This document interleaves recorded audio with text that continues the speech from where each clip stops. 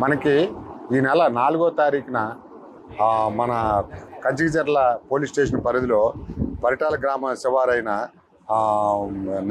నెక్కలంపేటలో ఒక night HP అంటే house breaking జరిగింది. అది గుత్త పుల్లారావు గారి ఇంట్లో వాళ్ళు ఫస్ట్ ఫ్లోర్లో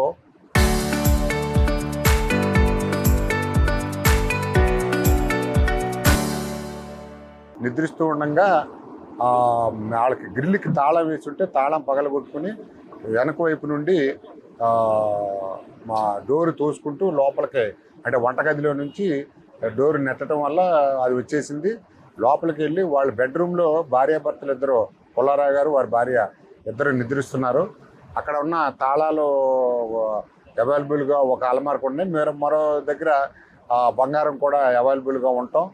ఆ తాళాలు తీసుకుని లోపలగా కబోర్డ్స్లో ఉన్న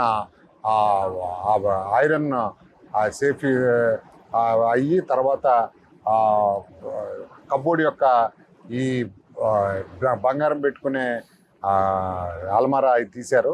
తీసి దానిలో ఉన్న మొత్తం 374 గ్రాముల బంగారు ఐటమ్స్ దొంగిలించుకుని ఒక బ్యాగ్లో వేసుకుని అక్కడే ఉన్న ఒక 50,000 రూపాయలు క్యాష్ తీసుకుని అక్కడి నుంచి వాళ్ళు మళ్ళీ మెయిన్ డోర్ కింద ఉండగా వెళ్ళిపోవడం జరిగింది.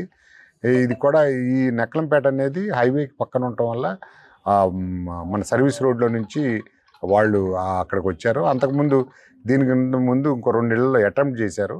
అయితే అక్కడేమి వాళ్ళకేం దొరకటం కానీ లోపల ఏం జరగలేదు. దానివల్ల ఈ 3వ హౌస్గా ఇది వీళ్ళు చేశారు. దీనిలో ముఖ్యంగా అది జరిగినప్పటి నుంచి మనం సాంకేతికంగా తర్వాత డాగ్స్ని కూడా తీసుకొచ్చాం. ఫింగర్ ప్రింట్స్ అన్నీ కూడా సాంకేతికంగా అన్నీ ఇన్వెస్టిగేషన్లో భాగంగా అన్నీ చూసాం. తర్వాత మనకున్న సీసీ కెమెరాలు, హైవే మీద ఉన్న సీసీ కెమెరాలు అవన్నీ కూడా వెరిఫై చేసాం. అప్పుడు ప్రాథమికంగా ఏంటంటే వాళ్ళు ఆ హైవే సర్వీస్ రోడ్లో నుంచి లోపలికి వచ్చి మళ్ళీ అదే విధంగా సర్వీస్ రోడ్లోకి వెళ్ళిపోయినట్టుగా గమనించాం.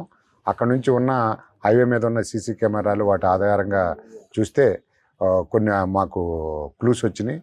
దాంతో ఆ క్లూస్ ఆధారంగా మేము వాళ్ళ యొక్క వెహికల్ ఒక అద్దె వెహికల్ వేసుకొచ్చారు.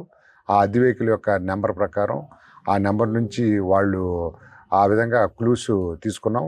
తర్వాత మనుషుల యొక్క పేర్లు ఐడెంటిఫై చేసి వాళ్ళ మీద నిఘా పెట్టాం. అప్పటి నుంచి వాళ్ళ పూర్తి కదలికల మీద నిఘా పెట్టి వాళ్ళని ఉంచంగా నిన్న సాయంత్రం వాళ్ళు మన కంచిచర్ల బస్ స్టాండ్ దగ్గర తారసపడ్డారు. అంటే ఉన్న ఈ యొక్క దొంగిలించిన ప్రాపర్టీని డిస్పోజ్ చేసుకోవటానికి చూస్తున్నారు వాళ్ళు. ఇక్కడ కానీ విజయవాడలో కానీ ఎక్కడన్నా చేసుకుందామని ఆ క్రమంలో వాళ్ళని పట్టుకోవటం, వాళ్ళ దగ్గర ఉన్న 374 గ్రాముల బంగారం రికవరీ చేయటం జరిగింది. సురేష్ అని మీకు మొత్తం వీళ్ళు 5గురు. దానిలో